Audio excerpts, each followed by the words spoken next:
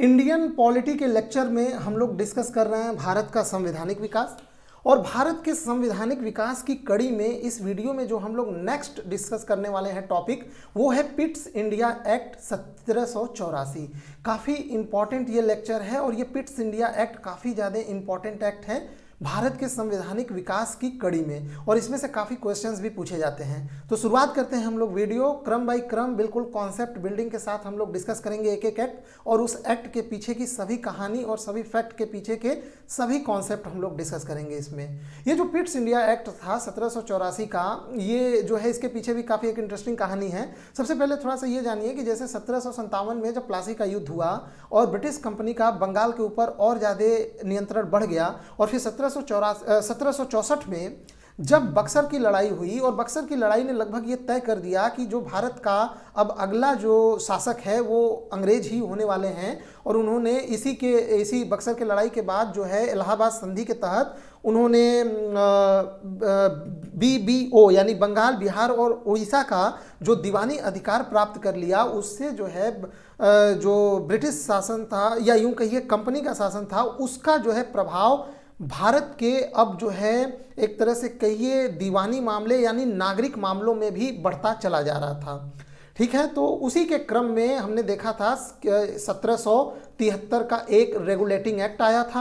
हालांकि इसके बहुत कारण थे, कहने को तो ये भ्रष्टाचार को मुक्त करने के लिए, कंपनी में व्याप्त भ्रष्टाचार को मुक्त करने के लिए आया था, पर सच बात यह है कि अब जो है ब्रिटिश कंपनी जो है भारत के लैंड टेरिटरी में बहुत तेज़ी से एक्सपेंड कर रही थी, और रीजनल शासक को हरा के वो और ज़्यादा जो है अपना नियंत्रण बढ़ाती जा रही थी, जिसके कारण उनको चीज़ों को सेंट्रलाइज करने की आवश्यकता महसूस हो रही थी कि चीज़ों को सेंट्रलाइज किया जाए। कंट्रोल करने में दिक्कत हो रहा है, क्योंकि एक ऑर्डर पास हो रहा है बंगाल से, दूसरा पास हो रहा है मुंबई से, तीसरा पास हो रहा है मद्रास से। अब अगर तीनों में कंट्रोवर्सी क्रिएट हो जाए, तीनों के ऑर्डर्स एक दूसरे के मान लीजिए जो है विपरीत में, या यूं कहिए कि किसी प्रकार एक ही मामले पे तीनों प्रेसिडेंसी के गवर्नर का अलग अलग राय हो जाए, तो ऐसे में फिर क्या किया जाए। तो यही कारण है कि फिर 1773 में जो बंगाल का गवर्नर था उसको बंगाल का गवर्नर जनरल कर दिया गया, और इसके अधीन मद्रास और कलकत्ता को ला दिया गया। इसका मतलब गवर्नर जनरल यानी बंगाल से जो ऑर्डर पास होगा वो मुंबई और मद्रास की जो प्रेसिडेंसीज हैं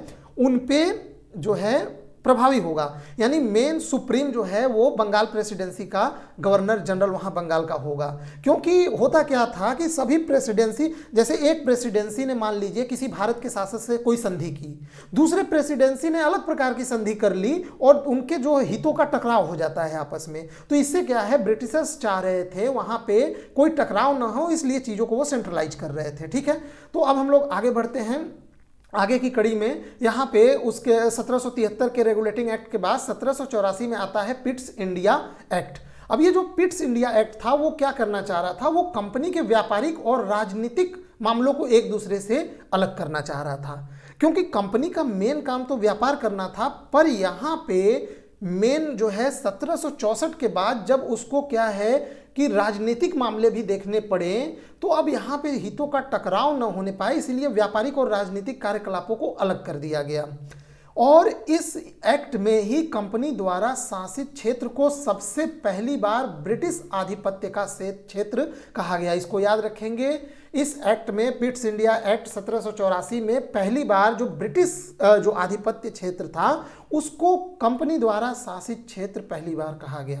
और इसने निदेशक मंडल यानी बोर्ड ऑफ डायरेक्टर्स को कंपनी के व्यापारिक मामलों के अधीक्षण की अनुमति तो दी, लेकिन राजनैतिक मामलों के प्रबंधन के लिए नियंत्रण बोर्ड यानी बोर्ड ऑफ कंट्रोल के नाम से एक नए निकाय का गठन कर दिया।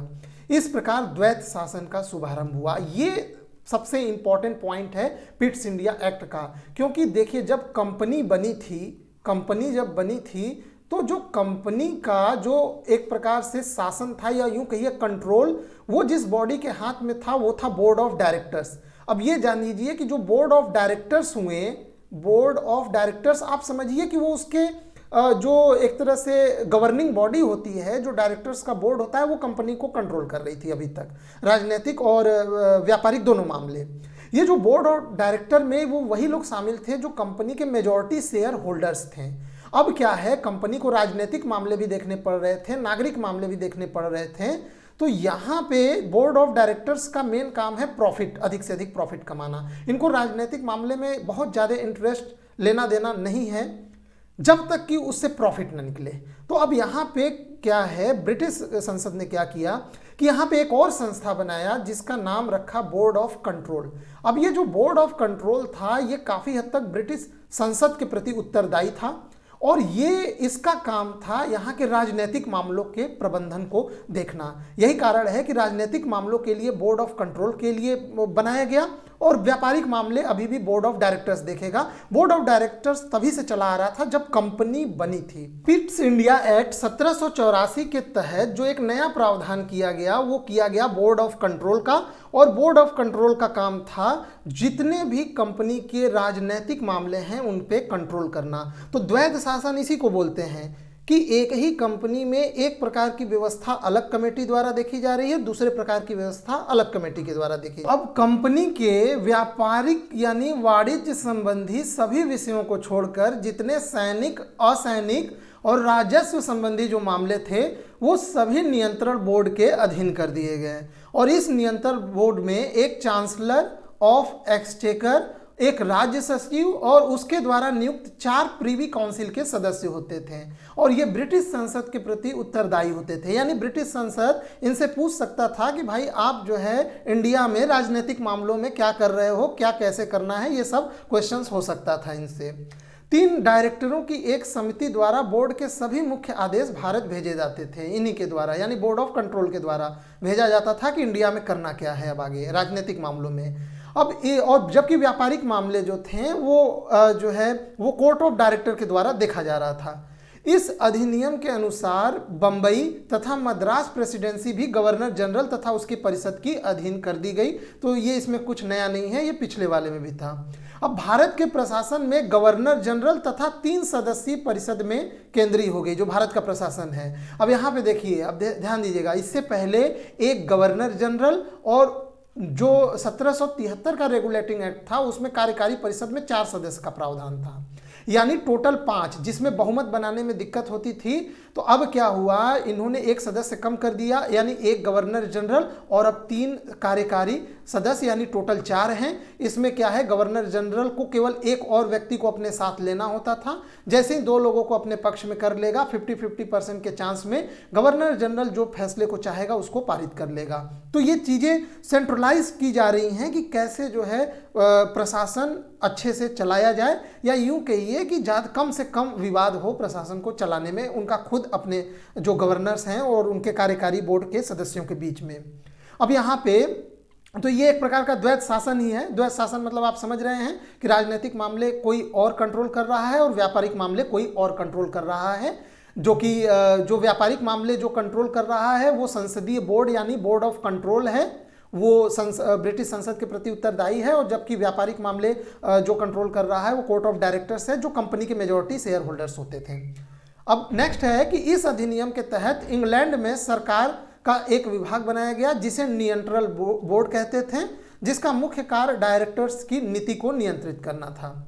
इस अधिनियम से कार्यकारी पार्षदों की संख्या 3 रह गई, जो मैं अभी आपको समझा रहा था, जिसमें से एक मुख्य सेनापति ही था। यानी एक जो मुख्य सेनापति था वो ऑटोमेटिक कार्यकारी परिषद में आ जाता था एक वो।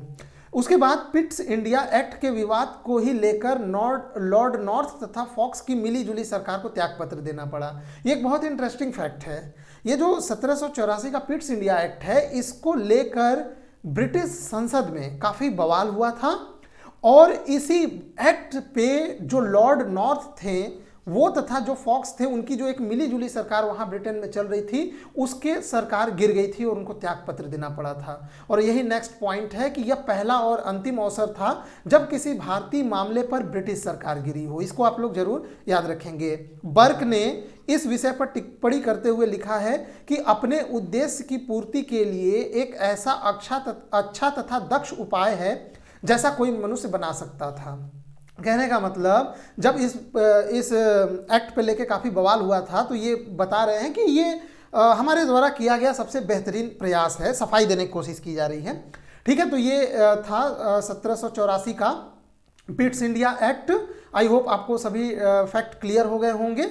अब नेक्स्ट इसी कड़ी में जो हमारा आगे का टॉपिक है वो है 1786 का अधिनियम, और इसके बाद एक और है 1793 का अधिनियम, जिसको हम लोग डिस्कस करेंगे नेक्स्ट वीडियो में। वीडियो देखने के लिए आपका बहुत बहुत धन्यवाद।